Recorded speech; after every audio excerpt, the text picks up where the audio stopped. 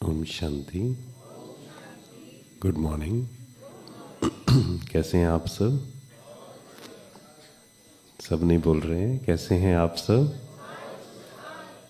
खुशहाल हैं? अच्छे हैं? ठीक हैं? या टाइम पास कर रहे हैं?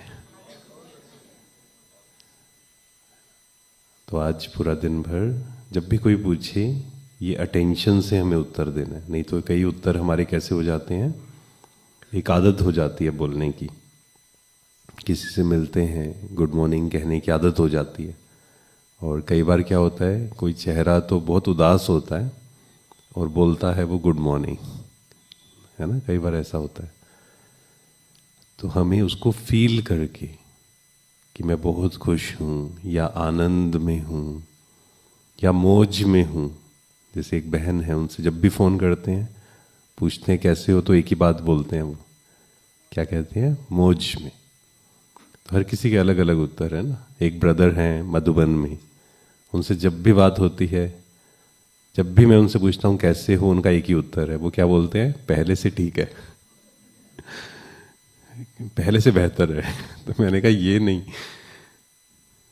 लेकिन आप अपना उत्तर सोचिए कि वही मुझे बोलना है, उसको फील करके।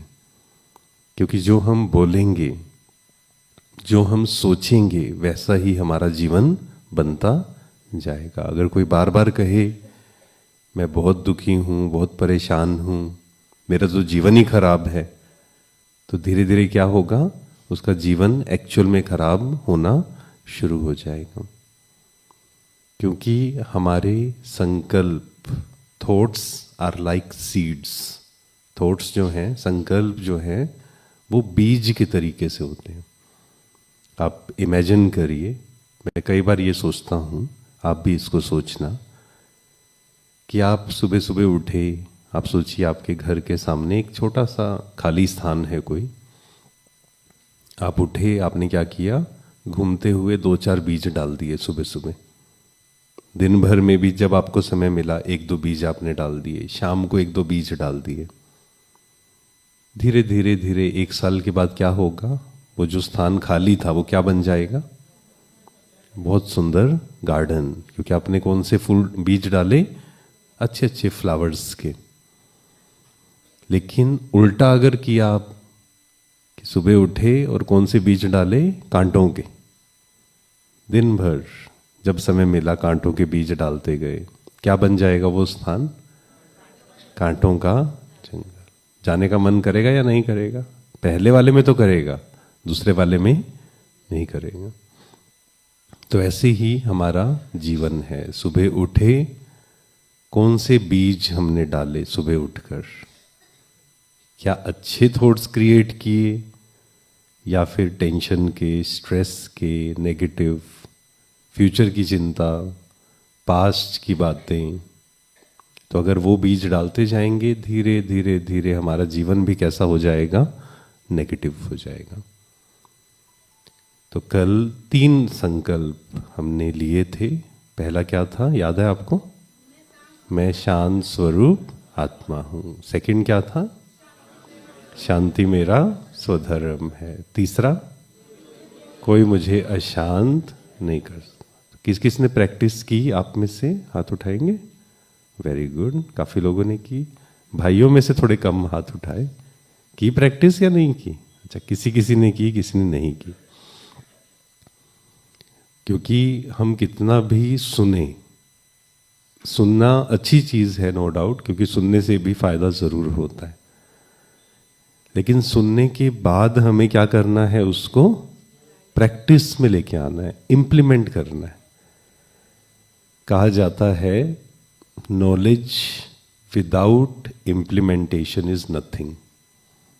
ज्ञान जब तक इंप्लीमेंट नहीं किया है, जैसे कहा मैं शांत स्वरूप आत्मा हूं, सुन लिया हमने, लेकिन अगर हमने इसको प्रैक्टिस नहीं किया, अभ्यास नहीं किया, तो इसका कोई भी फायदा होने वाला। 1 दिन होगा, 2 दिन होगा, 3 दिन होगा, मैक्सिमम 1 हफ्ता होगा, बस। उसके बाद क्या होगा? फिर से बैक टू नॉर्मल। तो इसको प्रैक्टिस करना बहुत जरूरी है। और दूसरा जो हमने प्रैक्टिस किया था, अपनी क्या देखनी है? विशेषताएं देखनी है, कमियां भी देखनी है, लेकिन वो समय निश्चित करना है कमी देखने का। आप कोई आधा घंटा निश्चित कर लीजिए दिन में, जब बैठकर अपनी कमियां देखनी है, लेकिन कमी को देखते हुए दुखी नहीं होना है। क्योंकि अगर कमी को देखते गए दुखी होते गए तो आत्मा की शक्ति क्या हो जाएगी, बिल्कुल कम, और वो कमी खत्म नहीं होगी। कमी देखी एंड फिर अपने आप को याद दिलाया कि मैं शक्तिशाली आत्मा हूं, विशेष आत्मा हूं, परमात्मा मेरे साथ है और ये कमी को दूर किया जा सकता है। एक बहन, बहुत साल पहले की बात है, तो कोर्स कर रहे थे, तो वो मिले, तो उन्होंने काफ़ी इम्प्रूवमेंट किया था अपने अंदर, मतलब 1 महीने के अंदर बहुत इम्प्रूवमेंट किया था संस्कारों में। लेकिन उनका एक ही क्वेश्चन बार बार होता था, कहते थे मेरे अंदर ये भी कमी है, ये भी कमी है, ये भी कमी है, पता नहीं सही होगा या नहीं होगा। तो मैं उनको हमेशा बोलता था कि आप ये मत बोलिए, नहीं तो जो प्रोग्रेस हुई है वो भी खत्म हो जाएगी। लेकिन बार बार वही कि ये भी कमी है, गुस्सा भी खत्म नहीं हो रहा, टेंशन भी खत्म नहीं हो रही। और एक्चुअल में ऐसा नहीं था, काफी कम हुआ था गुस्सा। लेकिन कई बार हम सिर्फ किस पर ध्यान रखते हैं, अपनी कमियों पर सोचते रहते हैं, और फिर जितना कमी देखते जाएंगे आत्मा की शक्ति कम हो जाएगी और कमी को फिर दूर नहीं किया जाएगा। इसलिए अपनी विशेषताएं देखना दिन भर, लेकिन उसके अहंकार में भी नहीं आना है। 2 चीजें होती है ना, एक होता है स्वमान जिसको बोलते हैं सेल्फ रिस्पेक्ट, और दूसरा होता है अहंकार, ईगो, विकार है वो, काम, क्रोध, लोभ, मोह, अहंकार। अहंकार और स्वमान में क्या डिफरेंस है? अगर एक लाइन में बताना हो, अहंकार और स्वमान, इन दोनों में क्या डिफरेंस है, बताएगा कोई? अहंकार नीचे गिराता है, ठीक है। और बताएं कोई, जो नए हैं उनमें से कोई बताएं, आप बताइए ब्रदर। अहंकार और स्वमान कौन बोल रहे दिख रहे? नए नए लोग बताएं। तो आप आते हैं रेगुलर? हाँ, जो नए हैं वो बताएं। आप बताइए। अच्छा, हाँ वो सेम हो गया है तो ठीक है। वैसे अहंकार और स्वमान क्या डिफरेंस है दोनों में? स्वमान मीन्स हम जब सोचते हैं कि मैं अच्छा हूं, विशेष हूं, ये क्या है? स्वमान है। लेकिन जो स्वमान में रहेगा वो दूसरों को भी किस नजर से देखेगा ना, उसको भी सम्मान की नजर से, कि मैं भी विशेष हूं, और सामने वाले को भी किस नजर से देखेगा, ये भी विशेष है। लेकिन जिसके अंदर अहंकार होगा वो क्या कहेगा? मैं अच्छा हूं, बाकी सब खराब है। I am always right. अहंकार की एक डेफिनेशन दी जाती है, आई एम ऑलवेज राइट। मैं सही हूं, बाकी सब गलत है। इनका ओपिनियन भी गलत है, ये भी गलत है, ये भी सही से नहीं चल रहे, ये भी अच्छे से नहीं चल रहे, मैं एकदम अच्छे से चल रहा हूं। और वो क्या करता है, हमें अहंकार नीचे गिराता है दूसरों की नजर में। दूसरों की रिस्पेक्ट हम नहीं कर पाएंगे, और धीरे धीरे क्या होगा, सामने वाला भी फिर हमारी रिस्पेक्ट नहीं करेगा। तो इसलिए स्वमान में तो हमें रहना है, अपने को भी। जैसे ओम शांति जब बोलते हैं, ओम शांति का मतलब मैं शांत स्वरूप आत्मा हूं, प्लस सामने वाले को भी हम किस नजर से देखते हैं, ये भी शांत स्वरूप आत्मा है। तो इसको प्रैक्टिस हमें जरूर करना है, ठीक है। आज काफी लोगों ने किया, लेकिन जिसने नहीं किया, आज रात को हमें 3 बार 3 संकल्प फिर से ये लिखने हैं। मैं शांत स्वरूप आत्मा हूँ, शांति मेरा स्वधर्म है, कोई मुझे अशांत नहीं कर सकता। इसके साथ एक और ऐड करते हैं, मैं मास्टर सर्वशक्तिवान हूँ। बोलिए एक बार सभी, शक्तिवान। इसके साथ एक और भी आप कनेक्ट कर सकते हैं, परमात्मा की संतान, क्योंकि परमात्मा कौन है? सर्वशक्तिवान। और जब हम खुद को दिलाएंगे याद कि मैं मास्टर सर्वशक्तिवान आत्मा हूं, तो कोई भी ऐसी कमी कमजोरी नहीं है जिस पर हम विजय नहीं पा सकते।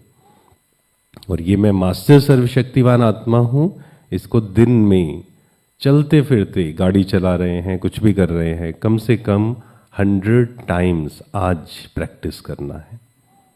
ठीक है? मैं कौन सी आत्मा हूं? मास्टर सर्वशक्तिवान। क्योंकि जितनी शक्ति इंक्रीज होगी उतना स्ट्रेस कम होगा। आज का जो हमारा टॉपिक है स्ट्रेस मैनेजमेंट या फ्रीडम फ्रॉम स्ट्रेस। स्ट्रेस को कैसे हम मैनेज करें। आज दुनिया में अगर देखें तो स्ट्रेस बहुत ज्यादा बढ़ रहा है। बच्चों से भी जब पूछा जाता है तो क्या बोलते हैं वो? उनसे पूछा जाता है कि स्ट्रेस होता है या नहीं होता है? पढ़ाई का बहुत स्ट्रेस है बच्चों पे आज। और कई बच्चे तो आजकल कौन सा शब्द यूज करते हैं? स्ट्रेस भी नहीं, वो तो कौन सा शब्द यूज करते हैं? I am depressed. ये बहुत लोग बोलते हैं, है ना, मैं डिप्रेशन में चला गया, ऐसा बोलते हैं। तो थोड़ा सा बुरा फील हुआ और उसको शब्द कौन सा दे दिया?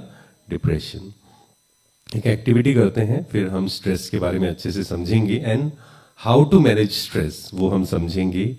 क्या टेक्निक्स यूज करें ताकि हम खुद के स्ट्रेस को भी कम कर पाएं एंड दूसरों की भी हेल्प कर पाएं। कि कोई आपके पास आए, मान लीजिए वो कहे स्ट्रेस है मुझे, तो उसको क्या हम समझाएं, उसको कैसे हम कहें कि आप अपने स्ट्रेस को डील करें। ठीक है? एक सिंपल सी एक्टिविटी हम करेंगे। मैं जब कुछ पॉजिटिव इमोशन बोलूंगा, अलग अलग इमोशंस होते हैं, आपको लगता है कि ये पॉजिटिव इमोशन है, हाथ ऊपर लाइए अपना। आपको क्या करना है? हाथ को अपने सिर पर लाना है। ठीक है? जब पॉजिटिव होगा। जब नेगेटिव होगा तो क्या करना है? हाथ को ऊपर रखना है। ठीक है? सभी लाइए हाथ को। पीस, यहां या यहां? पीस पॉजिटिव या नेगेटिव? फिर यहां किसी ने यहां हाथ क्यों खड़ा किया? मेरे को मत देखिए आप, मैं जो भी करूं आप अपना डिसाइड करिए। जब पॉजिटिव इमोशन होगा हाथ को कहां लाना है? यहां पर। तो पीस के लिए क्या होगा? यहां या यहां? यहां पर। यहां होगा ना? ठीक है। एंगर यहां? यहां या यहां? एंगर किसी ने यहां किया हुआ है, क्या कहेंगे? अच्छा, एंगर जरूरी है या नहीं है? हाथ नीचे करिए एक बार। एंगर, गुस्सा जरूरी है या नहीं है? कभी कभी करना पड़ता है या नहीं पड़ता है?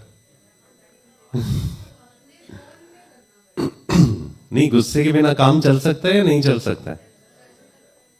चल सकता है। किस किस को लगता है कि थोड़ा बहुत गुस्सा तो करना पड़ेगा? वो हाथ खड़ा करिए।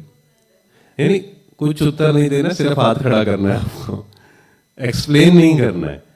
गुस्सा किस किस को लगता है कि थोड़ा बहुत तो गुस्सा करना पड़ेगा, काम नहीं चलता है प्रैक्टिकल में?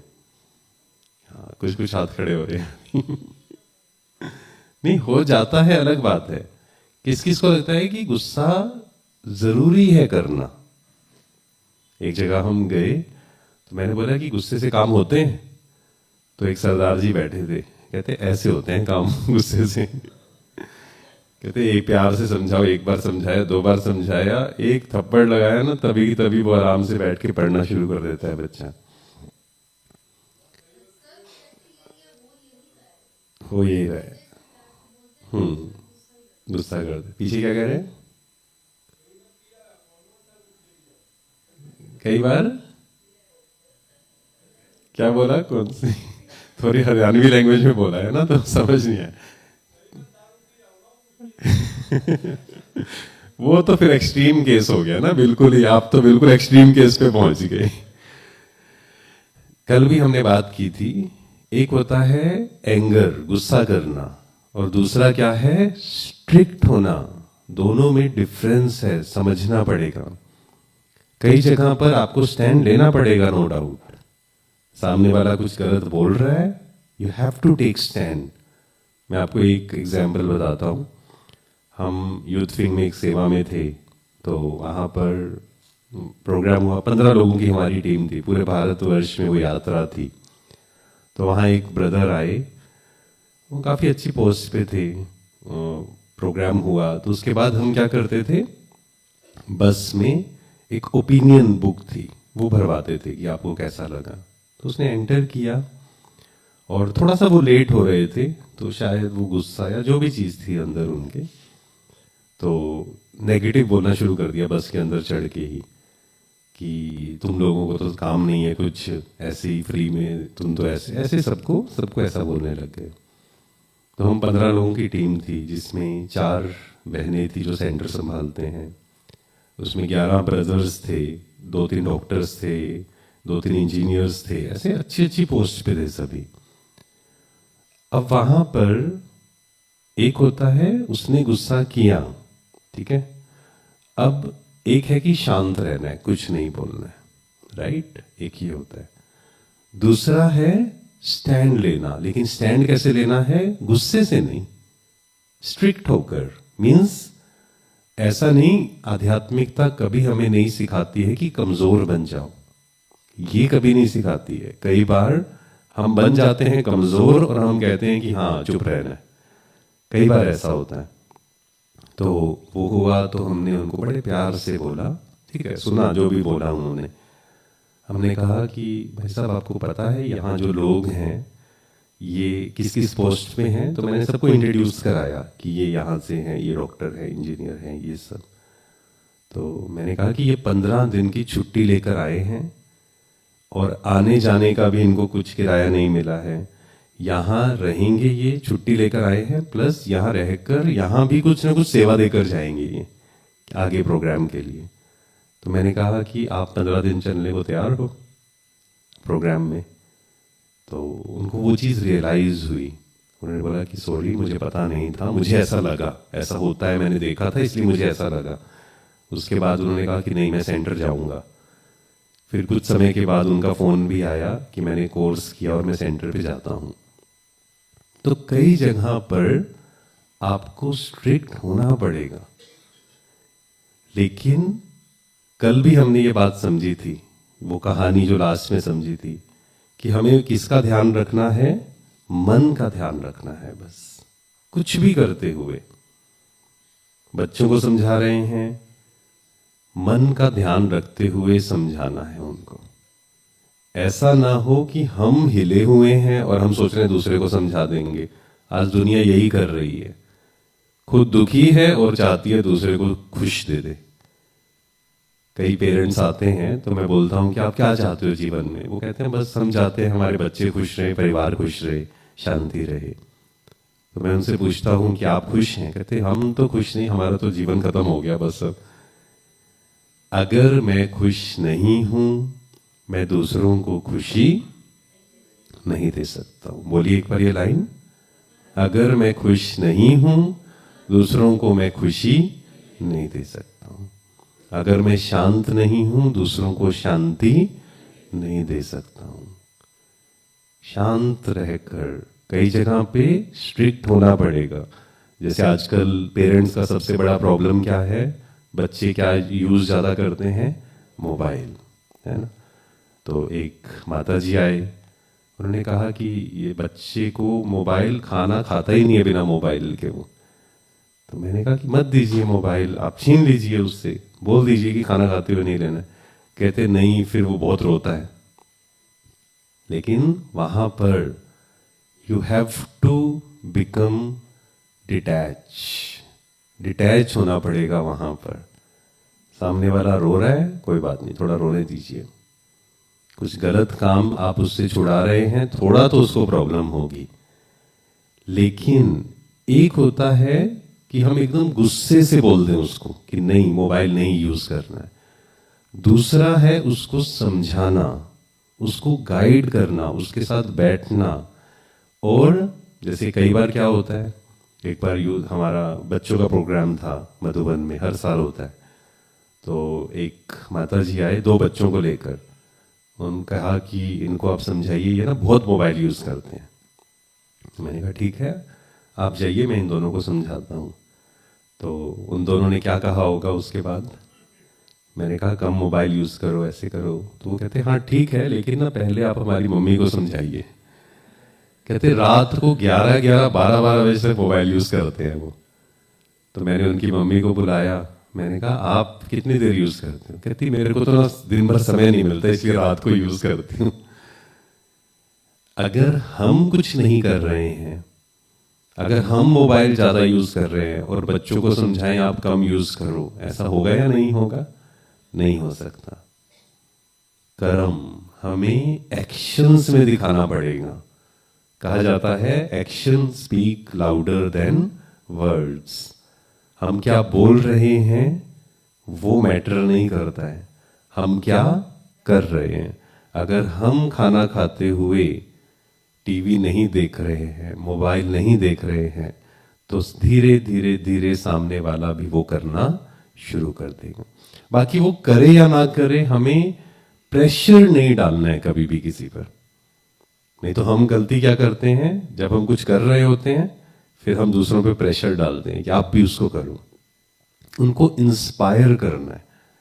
इसलिए बच्चों के साथ बैठना, उनको समझाना कि क्यों ये नहीं करना है। अभी हम ट्रेन में आ रहे थे तो एक छोटा सा बच्चा, 2 बच्चे थे वैसे, एक छोटा बच्चा बहुत वो कह रहा था मुझे ऊपर जाना है, ऐसे करना है, ऐसे करना है। तो उसके दोनों पेरेंट्स क्या कर रहे थे, मदर और फादर, दोनों मोबाइल में बिजी, और उसको सिर्फ एक ही बात बार बार डांट रहे थे, नहीं जाना ऊपर, नहीं जाना। एक्चुअल में सॉल्यूशन क्या था? मोबाइल को साइड पे रख के उसको समझाना था कि क्यों नहीं जाना है ऊपर, कि वहां से आप गिर सकते हो, या चलो आपको बैठना ही है तो हम भी बैठ जाते हैं साथ में थोड़ी देर। तो उनको समझाना, उनको गाइड करना, प्लस उसमें भी ये पहले से तैयार रहना कि सब कुछ मेरी नहीं मानेंगे वो। क्यों? क्योंकि हर आत्मा अपनी अपनी यात्रा पर है।